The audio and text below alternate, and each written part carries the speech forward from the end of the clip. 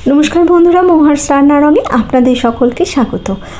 आज आमी बानाबो इलिश माछ भापा, किन्तु इलिश माछ भापाटा कत सहजे आमी बानाच्छि सेटाई आपनादेर संगे शेयर करे नेब। प्रथमे आमी एखाने इलिश माछ निये नियेछि। इलिश माछटा बाजार थेके केटेई निये एसेछिलो। आमी इलिश माछटाके धुए भालो करे परिष्कार करे नियेछि। एबार एटा बानाते जे मशलाटा दरकार सेटाके आमी प्रथमे रेडी करे नेब। एकटा मिक्सिंग जार निये नियेछि। एई मिक्सिंग जारेर मধ্যে आमी प्रथमे दिये देबो एखाने 2 चामच कालो सर्षे। आमी एखाने शुधु कालो सर्षे व्यवहार करलाम, तबे आपनारा चाइले कालो और हलुद मिशिए व्यवहार करते पारेन। एबार आमी एखाने दिये देबो 1.5 चामच पोस्त और देबो एते नारकेल। आमी एखाने सबगुलो एकसंगे दिए मिक्सिते एकटा मिहि पेस्ट तैरी करे नेब।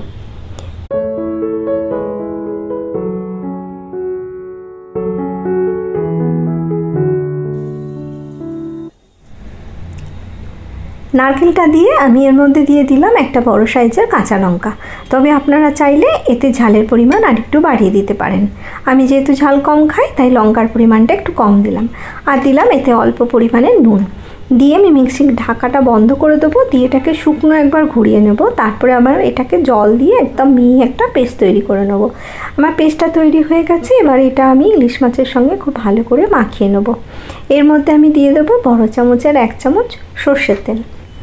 ইলিশ মাছ রান্নাতে সরষের তেল দেব না এটা হতেই পারে না, তাই আমি এতে সরষের তেল 1 চামচ বড় দিয়েছি।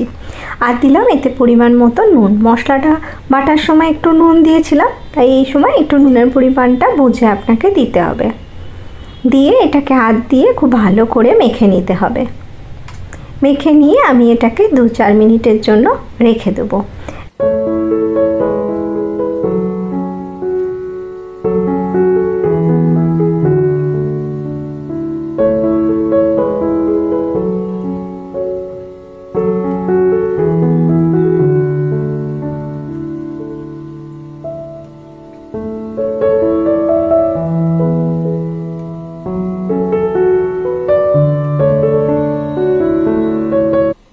এই ইলিশ মাছ ভাপাটা আমি কোনো জলের মধ্যে ভাপিয়ে করব না, আমি এটাকে কুকারের মধ্যে করব। তাই আমি এখানে একটা কুকার নিয়ে নিয়েছি। তার মধ্যে যে ইলিশ মাছটা আমি মেখে রেখেছিলাম সেটা একটা একটা করে দিয়ে দেব। আর উপর থেকে দিয়ে দেব আরও 1 চামচ সরষের তেল আর 3টে চেরা কাঁচা লঙ্কা।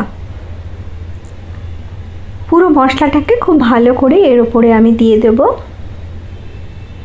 দিয়ে মিক্সিং বাটিটা ধুয়ে অল্প খুব সামান্য পরিমাণে জল আমি এর মধ্যে দিয়ে দেব।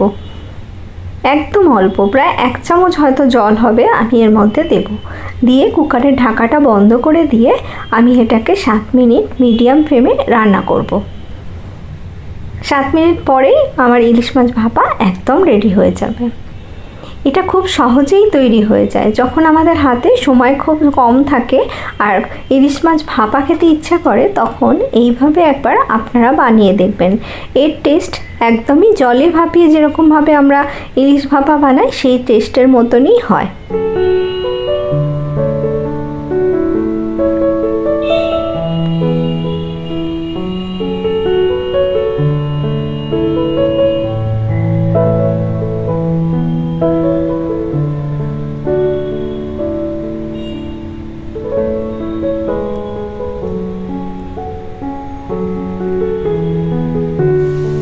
সাত মিনিট পরে আমি এটাকে নাপিয়ে নিয়েছি। এটাকে দেখুন, খুলে দেখাচ্ছি আপনাদের কত সুন্দর এই ইলিশ মাছ ভাপাটা আমার তৈরি হয়েছে।